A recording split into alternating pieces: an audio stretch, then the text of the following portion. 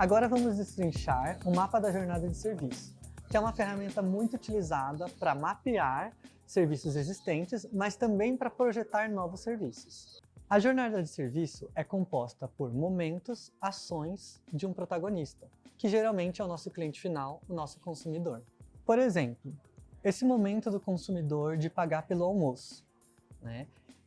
Dentro desse momento, ele tem várias ações. Ele espera na fila, confere o valor, de repente ele adiciona um novo produto, um Trident ali, confere o valor atualizado, escolhe o método de pagamento, valida se o pagamento aconteceu, pega o recibo, de repente a comanda também, na hora dele entregar essa comanda depois, e aí chega um novo momento. O momento de pagar já acabou. E aí a gente inaugura um momento de deixar o restaurante, por exemplo. E nessa saída do restaurante, ele pega um cafezinho, entrega a comanda na porta, e aí ele segue a jornada dele. Esses são os elementos principais. Mas a gente pode ir adicionando diversas outras camadas. Por exemplo, uma camada de experiência. Na camada de experiência, a gente pode colocar ali os requisitos que essa experiência precisa ter. Então, por exemplo, na hora dele pegar a fila, a gente pode pontuar que naquele momento o serviço precisa ser ágil. Na hora que ele está conferindo o valor, a gente pode colocar que a experiência ela é visual e verbal, tanto visual quanto verbal, porque na hora da conferência é importante que tenha o valor na tela e também o atendente fale, olha, deu 10,24 e assim por diante. A gente também pode colocar a camada de canais. Canal é exatamente o meio pelo qual aquela interação está acontecendo. Então, por exemplo, na espera da fila, o canal é um ambiente físico. Mas se a gente estiver trabalhando com design de serviço para inovação, a gente pode se questionar já nesse momento. A gente consegue mudar o canal dessa fila? A gente pode trabalhar com uma fila online, por exemplo, sem precisar com que as pessoas fiquem esperando ali no ambiente físico? Então você precisa do quê? De um protagonista, que é o seu consumidor, mas muitas vezes, quando a gente está trabalhando com B2B, o nosso protagonista não é o cliente final.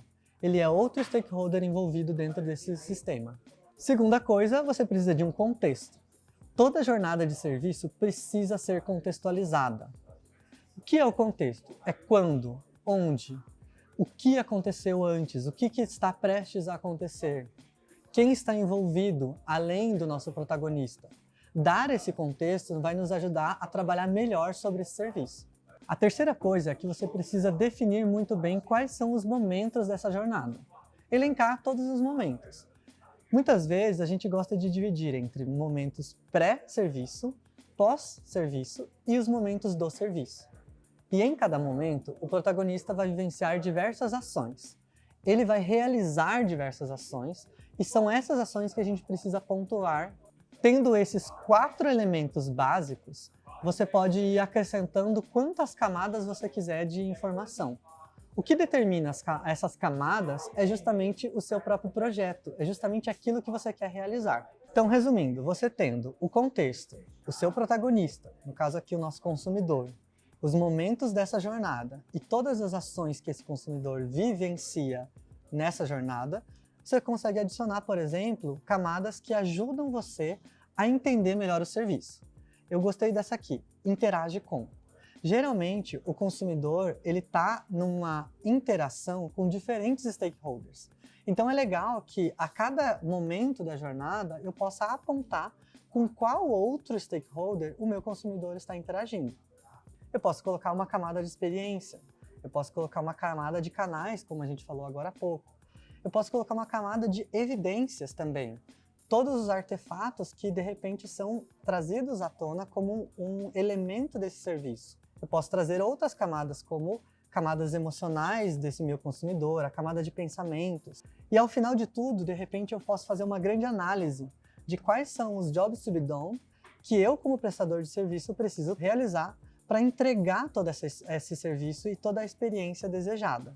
No final, a gente pode fazer até uma camada analítica de oportunidades de melhoria desse serviço se a gente está falando de um serviço existente. A gente também pode dar uma dimensão de tempo para essa jornada. Essa jornada ela não precisa ter a mesma dimensão de tempo, por exemplo, ela ocorre em 3 dias. Mas momentos específicos da jornada você pode apontar que ocorrem, de repente, em meia hora. Outros momentos ocorrem em uma semana. Outros momentos ocorrem em um único dia. E aí, dando essa dimensão, você também consegue colocar características. Uma sequência de momentos, de repente, ela pode ocorrer a cada vez que tal outro evento ocorre. Então, dando essa dimensão de tempo, você consegue abraçar a complexidade de um serviço e conseguir projetar muito bem cada elemento. Então, por exemplo, na camada de interage com, eu posso colocar no momento que a pessoa está almoçando, que ela interage com o garçom, com o atendente. Mas de repente, no momento em que ela está pagando já pelo almoço, ela interage com o caixa. Muda o stakeholder, muda a interação. Já na camada da evidência, é legal colocar os artefatos que são essenciais para essa experiência ser uma boa experiência de serviço. Por exemplo, no momento do almoço, um dos artefatos mais interessantes para a gente se trabalhar é o próprio menu, é o próprio cardápio. Já no momento do pagar pelo almoço, é muito importante, de repente, a sinalização da fila, mas também os valores que ficam na tela.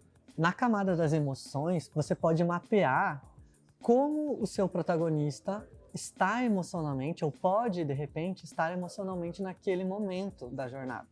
Então, se ele está no momento do almoço, de repente ele já está com fome, ele está com pressa, preocupado com o deadline que ele tem para entregar logo depois que ele voltar do almoço.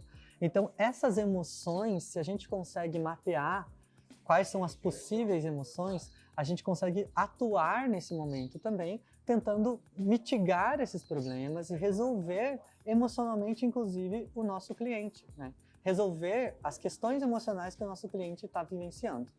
E ainda na camada emocional, é legal identificar também as variações de emoção e não só a emoção pura e simples, mas durante a jornada, como que o nosso consumidor pode estar vivenciando essa experiência. Agora, tem uma camada que eu acrescentei aqui chamada pensamentos.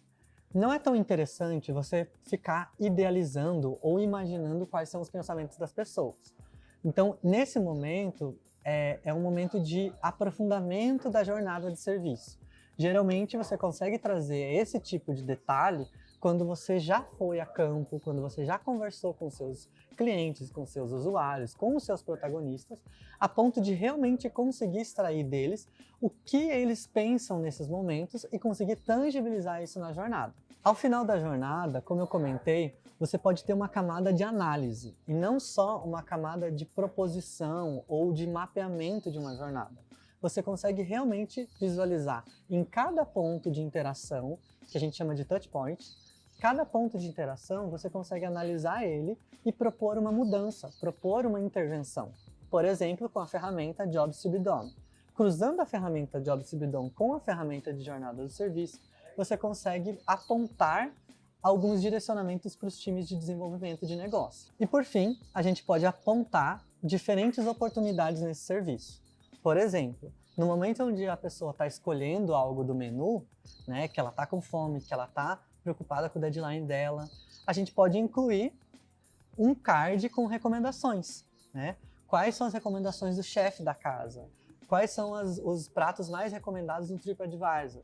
E aí já trazer algo que solucione, pelo menos em parte, essa necessidade do nosso cliente final. Espero que agora vocês tenham entendido a lógica por trás do serviço e do porquê que a gente trabalha bastante com jornada do serviço. Não é um framework, não é algo que você tem que preencher um monte de caixinha, mas é algo que te dá um novo repertório. Você consegue compor de acordo com a sua necessidade de projeto, de acordo com a complexidade dele, de acordo com as variáveis que você tem para trabalhar, você consegue criar um documento que abrace toda essa complexidade.